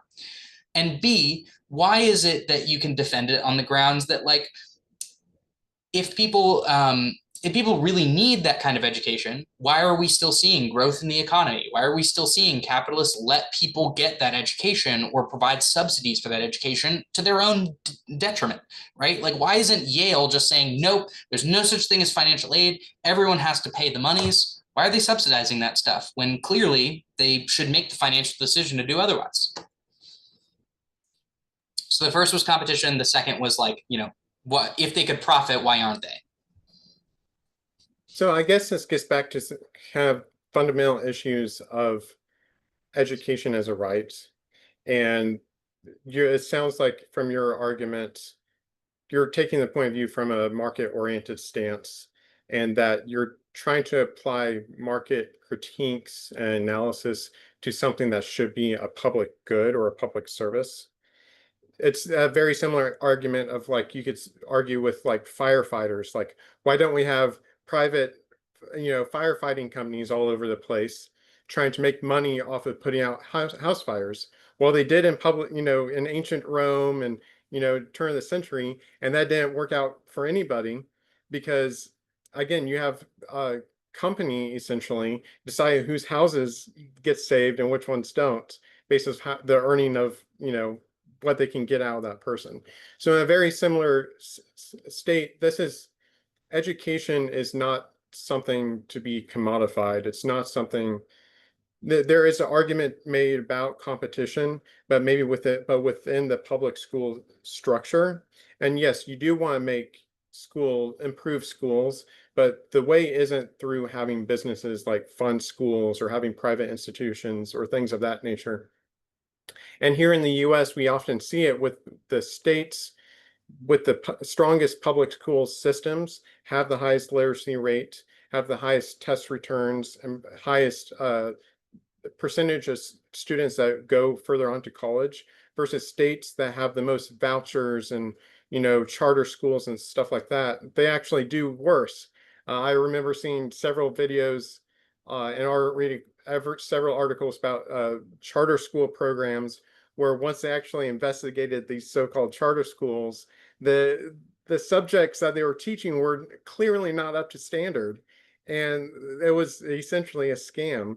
And so trying to commodify the school system, I think, is to the detriment of everyone. And so we need to be approaching schools as a public service, not as something to be commodified. Great way, and I want to highlight that there. I think that it wasn't just you returning to the values that you were talking about, but I think that you also redirected and in some ways not like avoided in a bad way, but avoided in a good way some of the specificities or theoreticities of the argument that I was presenting. I think that's really key for people who are like, they've got their phone up there, they're ready to give you all their historical points and stuff like that. Sometimes you're just like not there with them in the same place to have that equal conversation, in the sense of like, you're like, I'm not exactly sure who Mises is. I don't know exactly what your argument means in this sense. It's probably good to maybe avoid some of the specificity of their argument to return to the core principle and then defend that. So I think that was a great defense, Gabe, actually. Like that was a really good job there. And I think you still addressed fundamentally what I was getting at with like, competition is the way to orient all of these things and the market is good. Whereas you don't have to necessarily respond to the second thing of like, well, people who want it will really have it. But I do think there's a comment to be made there of like, sometimes it may be good to just kind of call out some of the silliness there. It's like, really? People who just want good education will pay enough for it? What if people really want education but literally can't afford it? You just made the argument that they will just pick themselves up by their bootstraps, which is physically impossible, and do the thing. And so it's like, maybe sometimes you can add a little bit of, lightheartedness, a little bit of like comedy there, and you can kind of call out the silliness and just be like, wait a second, before we move on, did you just say that people who really want education will just find the money to afford it? Like, is that what you're saying? And the last thing I wanted to say is that there might also be some advantage in what I just said about like, why does Yale give financial aid at all? Right? There has to be something fundamental about making a community of like diverse people who are engaged in thought that is more than capitalism, but like less than socialism, if that makes sense. So not to say that financial aid is socialism. No way. What it is it's obviously some kind of coupon to encourage people, and it's essentially a sales deal. But let's remember that for a second. Why is it that Yale gives a lot of financial aid, especially to people who largely can't afford those things? it's probably because there's some like intangible benefit that they're identifying to, providing that financial aid.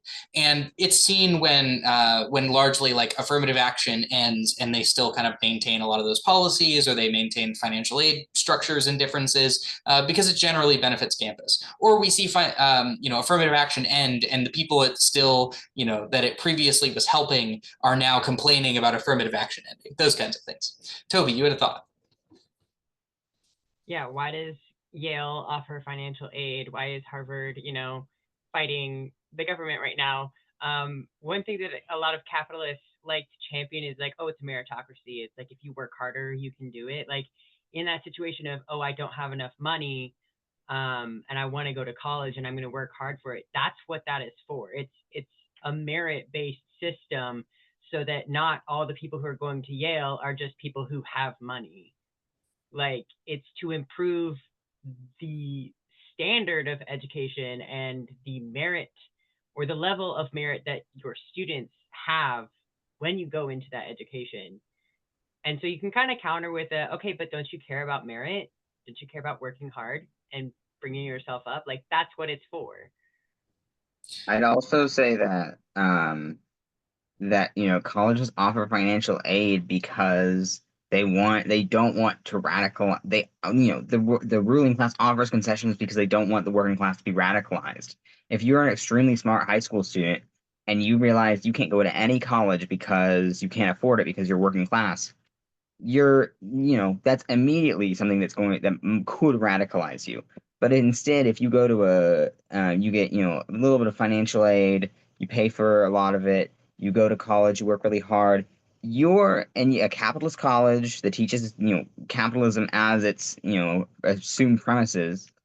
That's going to indoctrinate you into capitalism even further, and prove to you, especially if you're working class and that you like social climb, it's going to prove to you that capitalism does allow people to social climb and make you even more indebted into that system, essentially. That's a great point. And I just want to like cap that off a little bit with some like dialectical materialism here. Is like, Marx and Engels do very much talk about how it's really hard to define any one thing or individual thing as like necessarily capitalistic or necessarily not capitalistic. Like, obviously it's capitalistic to like seek wealth and broadly, pursue policies that bring down the working class. But it's like hard to say that financial aid is like not a good thing, but also like is a bad thing, but also is a good thing at the same time. And how can we easily identify that's capitalist, that's bad? The whole point of that process of the ruling class is that they have a simple interest universally, but they have very complex interests individually. And that we cannot understand the system by studying these individual moments, or what Marx would call an accident, as opposed to the broader system, which would be necessity. So in this case, when it comes to something like financial aid, I think Mikey's very rightly pointing out that there is some level of understanding that the capitalist class has, that the bourgeois class has, about, well, wait a second, we can't just exclude everybody who's not rich, because then it would be a bit obvious, right? But I also don't think we have to like side with the sort of like, there's a global cabal that is necessarily planning education, so there's a right number of poor people so that we're all convinced to avoid critiques of capitalism, which, not that you were implying that, but just like that's how some people might perceive the argument. So we can take it one step further and say, well, it's not necessarily that a global cabal of like 5 individual capitalists are saying this is how it works. It is rather that it just happens to work and has worked as a system to provide these kinds of assistance, such as some level of basic public education, some level of basic healthcare, healthcare and things like that. And the other thing to note is, I think Gabe brought this up, and that's really important, socialists are the ones who tend to push the envelope toward the better direction. So even if you're right that these things are capitalist in nature, true, understood, and you may also be right that they do slightly improve people's lives, such as access to financial aid clearly improves people's lives. But we can't forget that socialists were the ones who fought for that shit. Free breakfast programs, socialists. That's the Black Panther Party. They implemented it in schools because they realized that it would be easier to prevent the public from being mad at them in that way. And then beyond that, you look at, things like free education in those institutions. Literally in the Communist Manifesto, they say universal education. Literally, like ending child labor laws. That was done by unions and socialists and leftists who said capitalism is screwed and we have to do something to prevent us from dying or, giving our lives entirely over to capitalism. So anyway, that's my big pontification about like capitalism does stuff. And there's some dialectics for you.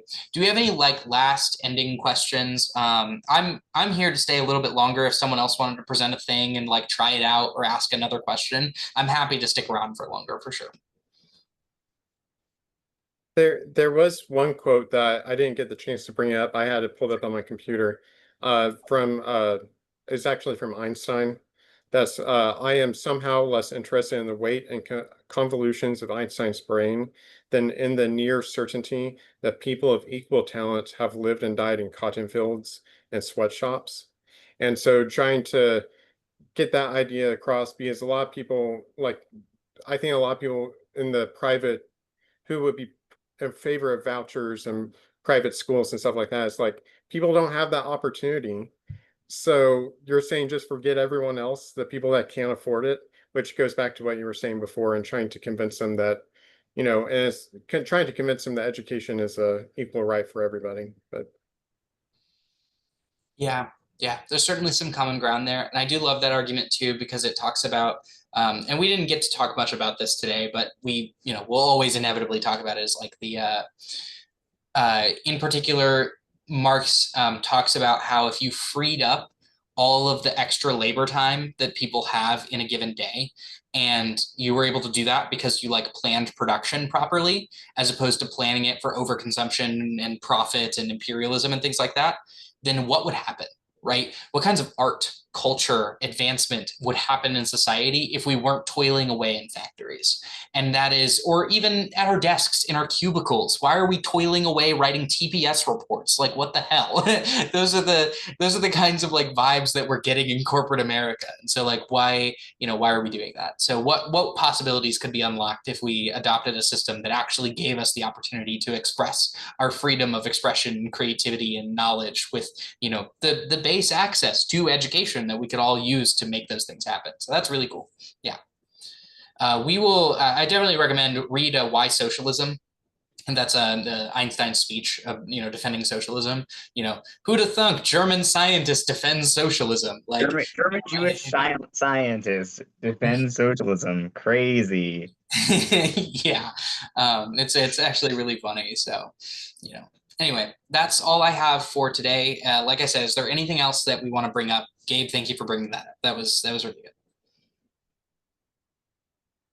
Well, Okay. I just want to actually, yeah, you in the episode, but then I want to talk about more about the reading to you. Okay. Well, thank you all for doing this discussion. This was really, really fun, and we may do more in the future. Depends on the format, whatever. If y'all really want to do something like this again, we can do it in the future for sure. I thought it was fun, and I hope y'all learned something. So I'm going to stop the recording. I appreciate y'all being here.